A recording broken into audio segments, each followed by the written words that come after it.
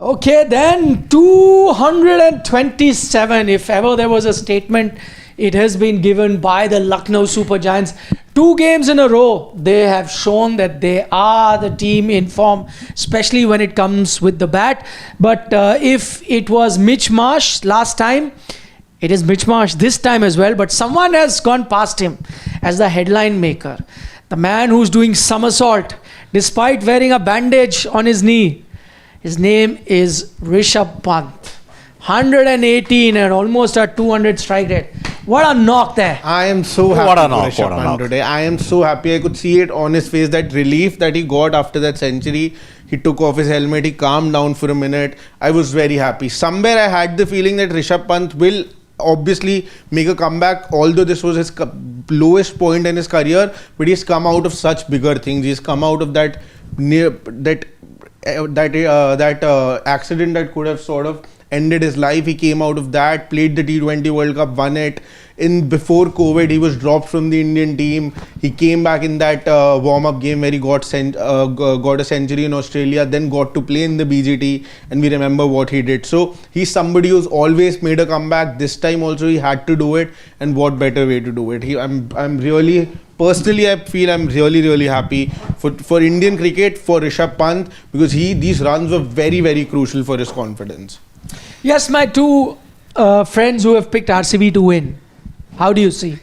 Well, it was a freakish knock. Let's make no mistake about it. From the low point of where he was until game number 13, today, audacious. The Pant of 2018, we saw some signs of that, especially at inside-out shots, that no-look. Okay, the no-look, he still had it in 2024 and 2025 also. But the shots, the aggression that was there, vintage Rishabh Pant. This is what we are missing for the last 7 years when you look at his T20I batting. A lot of water's flown under, but yes, the bowling today was way off the mark, and Rishabh Pant made RCB pay, rightfully as he did. So, fantastic. RP17. Yeah. Times have changed. Indeed. 2 cents. Stupid has become Fantastic. Or what Shashwat is, disappointing. I didn't do it. I just used it as a thumb. Not me saying it. That was for different context to that was different. Nah, it wasn't coming from me. Indeed.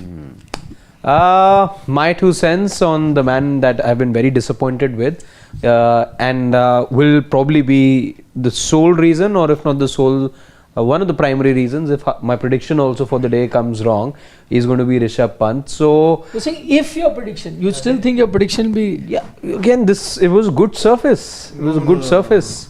I heard the commentators also say that this isn't a wicket where you can score runs at 11 and a half all throughout the 20 overs. Anyhow, Rishabh Pant batted really it's not about the prediction at the moment. It's about Rishabh Pant, and he really arrived finally last game.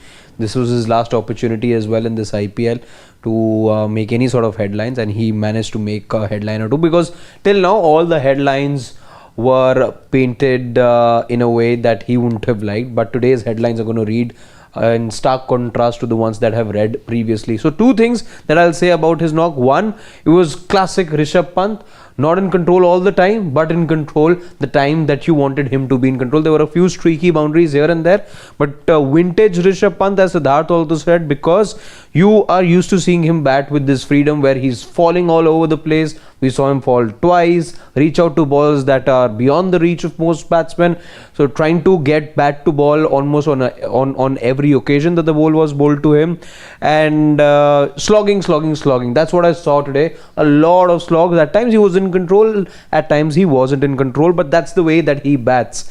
How much are you rating this? If you're a gymnastics judge, 10 is the thing, no? Yeah. 10. Perfect 10, which perfect 10. Nadia got. Comaneci. 9, I'm giving it 9. 9 out of 10 for the somersault. He's doing it for so many years. I think I remember earlier all in his career when he had so much weight. I remember Virender Sehwag saying this, that if he can pull this off with that weight, he can do anything on the cricket field. So he does it in his practice sessions. He does this for so many years now. I think he's done it as a celebration today. But all throughout the innings, I think there wasn't any moment where it looked like that he's over trying to do something.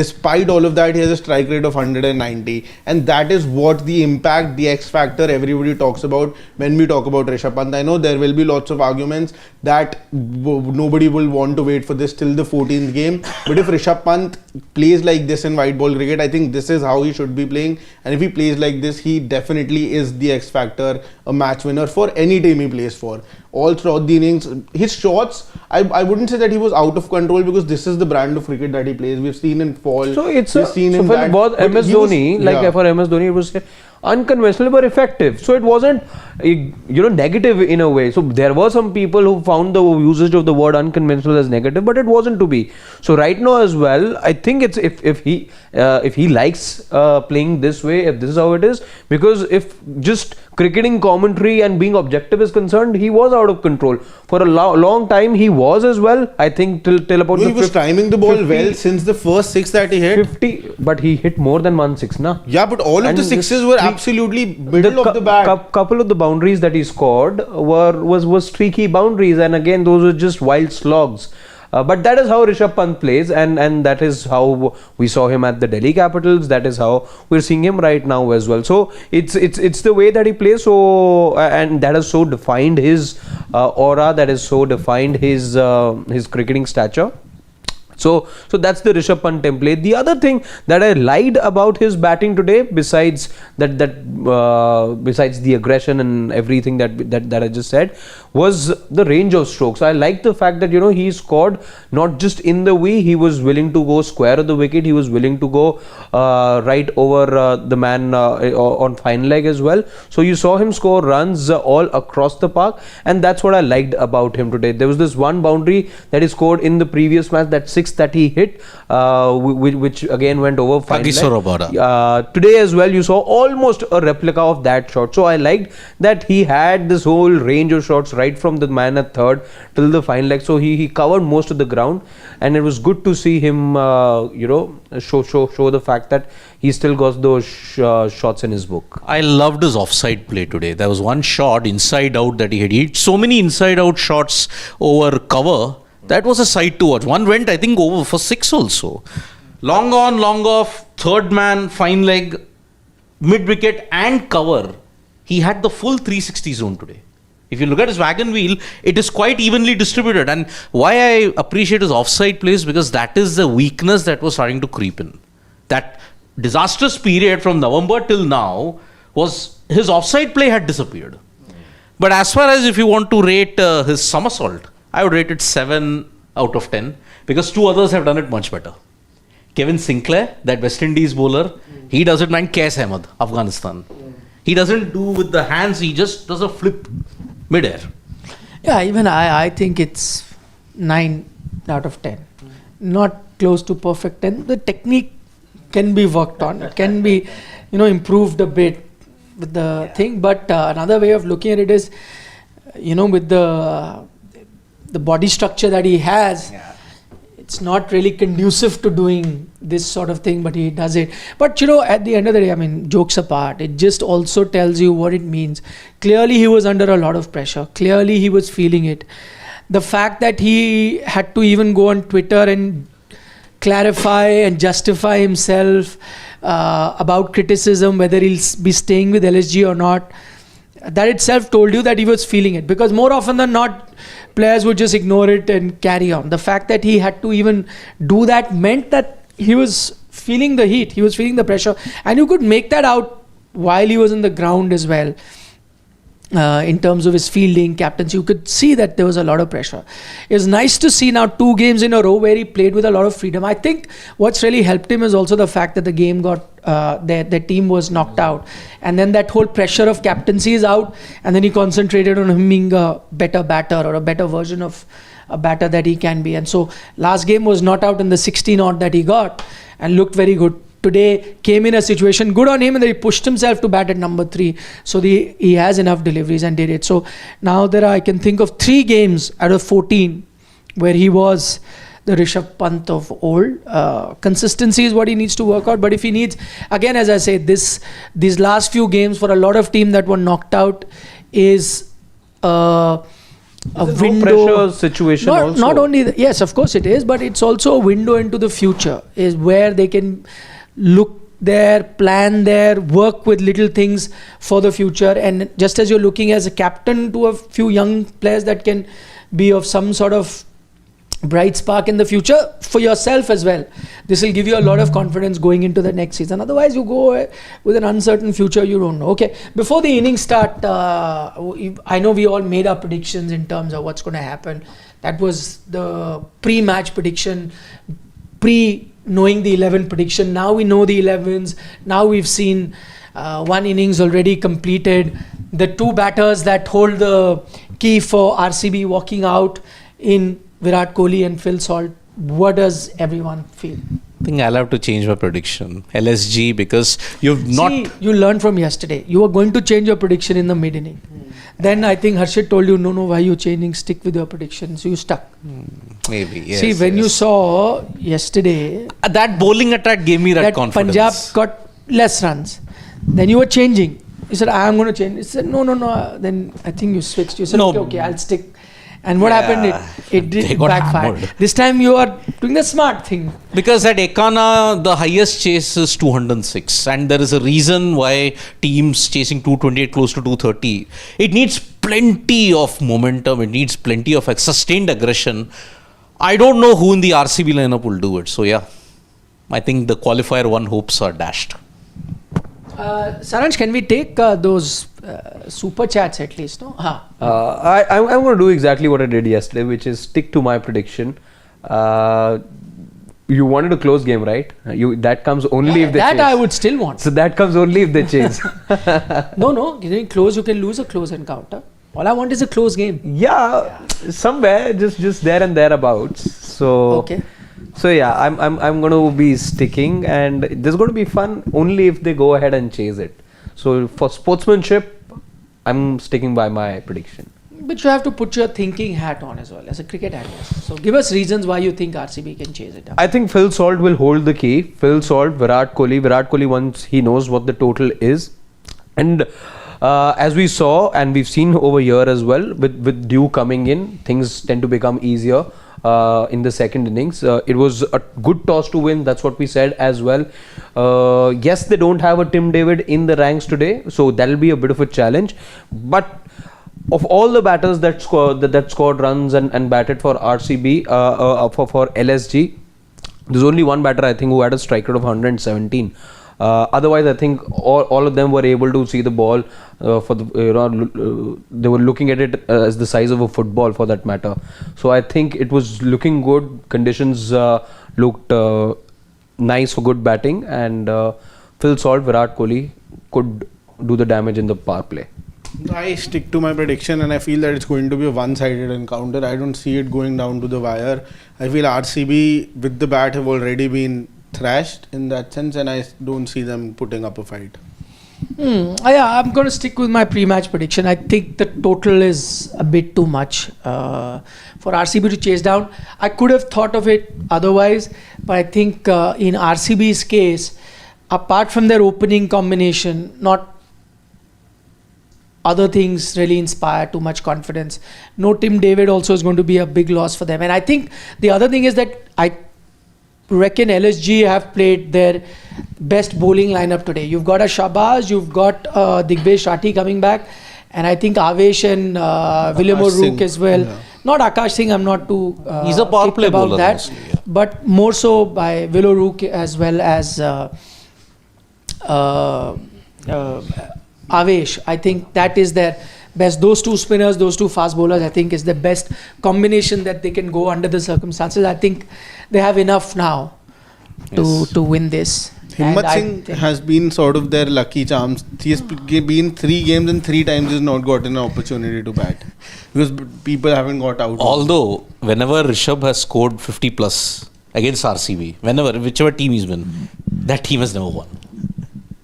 5 times. Interesting stat. Okay. Yeah. Interesting. 2 quick questions we'll take. Rakesh Bhushan. One bad day, one can't help. But when it's your day, go for the kill. 200 plus strike rate. Take the game from opposition. KL Rahul needs to learn strike rate of 160, 170 and being team's highest scorer is of no use. Today also, if you look at, see again, this is, even strike rate, you'll have to look at conditions, no? Every game you can't be judging But with based KL on every Rahul, strike the rate. problem was that I think lots of people do talk about that 100 that he got, and that 100 was of 60 balls, and by then the situation had really changed. So basically at the end of the day, it does look like 177 strike rate, but the way it really went, that I think was the reason why people questioned that 100. I remember I wasn't here that day, but so I missed out on those thoughts. But I don't think there was any reason to doubt. That way is you're going to be doubting half the runs Virat Kohli scored in T20 cricket. Exactly, and what's worse is that I don't know. A lot of other players do the same thing, but they are never questioned. Yeah. Saw it the other day. Yeah. Mumbai Indians Rohit match. Sharma yesterday. Saw it the other day. Yeah, even Sky's run came at 140. The 46, Delhi yeah. match. The Delhi match. He took the match away only in the last couple of overs. Overs number 19 and 20. He had scored 40 runs of 30 balls. I clearly remember. He scored the next 33 in But the it's also about the 12. conditions in a way. With in that game, that Mumbai Delhi game, the conditions weren't that suitable for batting in that sense. So Delhi anyways were 180 would have been a good enough total. Sky took the team to 160, which was a par total, and then accelerated, giving them the 20 runs cushion. People need to give again. Yes, he's had problems with strike rate. But if you look at how his game's changed and how he improved this year, I think overall he's finished with a strike rate of about 150. Now that is a bit of an increment from where he was last year. So But batters in today's day and age, batters at batting at 3, Shashwat, 4, it's open 150 is not because a not strike rate. every batter in your side will give you But 170 also you strike can't rate. look at it individually. No, I'm just no. If it is going to be so binary where strike rate is this and this is, then you might as well not have anybody sit and analyze game. Just look at computer stats, take out whatever anyone has got stats. I think it has to be looked at it in totality. If you are a batter of your team when nobody else does anything, then I think you'll have to bat one way. So Delhi has for 99 Delhi. problems. Let me finish. Delhi have 99 problems. KL Rahul is not one of those. So that's the issue. If I am being part of a team where if I'm a batter and nobody else scores or I'm not confident anyone can help me in that situation, how else am I supposed to bat in the thing? You can bat the way you want, like a Rishabh Pant today, because you know that there will be a Nicholas Puran, there will be an Ayush Badoni, there will be so many other, a Mitch Marsh, there are plenty of guys to chip in for you to do that. In a team, if your batting order goes underutilized and he's wasting all the deliveries and you're losing, that's a different thing. That batting order has never gone underutilized. It's always been overutilized. So again, just looking at purely as a strike rate and saying this one does this and this one does that is also not a fair assessment. No, I think the problem now is that KL. I also personally don't think that KL Rahul was a problem why Delhi lost. I think this debate now is not about KL Rahul's performance in Delhi Capitals. I think now everybody is talking about the second wicket keeper for the Indian team. So in that sense, maybe KL Rahul does not fit in. That is what I also feel like. I think Delhi Capitals, definitely he was the reason why Delhi won those games in the beginning. He won you 3 games. So for Delhi Capitals, he was definitely a blessing. But when it comes to the Indian team now, there maybe he might. No, but he does not mention Indian team. So how do I assume that the question is about Indian team? That's your assumption. That's about Indian. There's no mention. And secondly, even if I have to judge him for the Indian team, I'll have to look at it in totality. That's my point. How do I measure him? If it's not about the Delhi team, I still have to measure a player's performance basis of what is the team. For example, if you're a bowler and you do have a good bowling lineup and you're choking runs from the other end, I will pick up more wickets.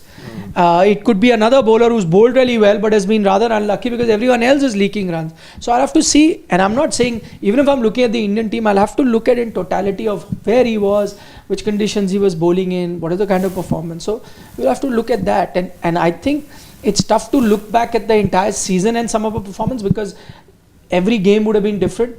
So the best time to judge a player's performance is post-match only, because you've just seen the game, you've seen the conditions, you've seen how everyone else batted, how the pitch was, and then that's a fairer reflection of judging a player and his contribution that day. Whether it's good or bad, I mean, is a different debate, but you'll have to judge it. As I said, Quinton de Kock's knock in Guwahati was precious. It may have come at a very poor strike rate. Nobody looked at the strike rate on that given day. the conditions and what your rest of your team is playing like, what do you do? Yep. Ashfaq Ahmed Baksh is saying, I can comfortably say today that best celebrations are indeed made by LSG keepers. KL shut the noise.